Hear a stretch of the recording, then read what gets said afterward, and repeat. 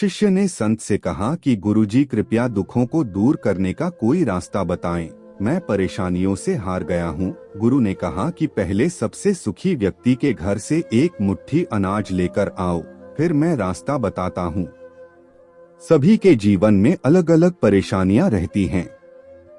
जो लोग धैर्य के साथ इनका सामना करते हुए आगे बढ़ते रहते हैं, वे जीवन में सुख शांति प्राप्त कर लेते हैं। जो लोग धैर्य खो देते हैं, उनके सामने और ज्यादा समस्याएं बढ़ने लगती हैं। एक लोक कथा के अनुसार पुराने समय में एक शिष्य परेशानियों की वजह से बहुत निराश हो गया था। उसने अपने गुरु से कहा कि कृपया मुझे दुखों को दूर करने का कोई उपाय बताएं। संत बहुत ही विद्वान थे। वे अपने शिष्य को अच्छी तरह जानते थे। उन्होंने कहा कि मैं तुम्हें उपाय तो बता दूंगा, लेकिन पहले गांव में जो सबसे सुखी व्यक्ति हो, उसके घर से मुट्ठी भर अनाज लेकर आओ।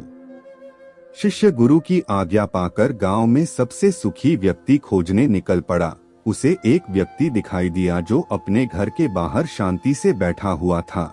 शिष्य ने सोचा कि ये सबसे सुखी होगा, इसीलिए आराम से बैठा है। शिष्य ने उस आदमी को अपने गुरु की आज्ञा बताई और कहा कि आप मुझे गांव में सबसे ज्यादा सुखी व्यक्ति लग रहे हैं, कृपया मुझे अपने घर से मुट्ठी भर अनाज दे दें। ये सुनकर वह व्यक्ति क्रोधित हो गया। उसने कहा कि आज सुबह सुबह ही मेरा पत्नी के साथ झगड़ा हो गया है। पत्नी की वजह से रोज नई नई समस्याएं सामने आ जाती हैं। वह मेरी कोई बात नहीं मानती, हर काम अपनी मर्जी से करती है। समझ नहीं आ रहा है उसे कैसे ठीक करूं।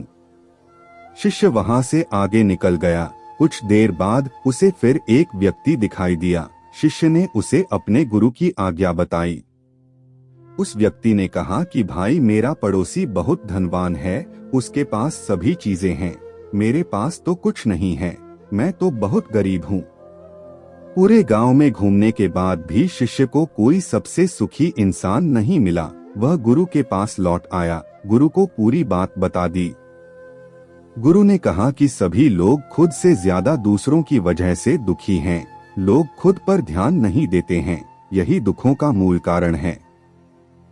अगर हम सुखी रहना चाहते हैं तो हमें दूसरों पर नहीं, खुद पर ध्यान देना चाहिए। अपनी बुराइयों को दूर करें, कभी भी किसी दूसरे व्यक्ति से प्रतिस्पर्धा न करें। प्रतिस्पर्धा करनी ही है तो स्वयं के किए हुए पुराने कामों से करें। कभी भी दूसरों पर भरोसा रखकर कोई काम न करें। अपनी योग्यता पर भरोसा रखें और उसी के अनुसार काम करें।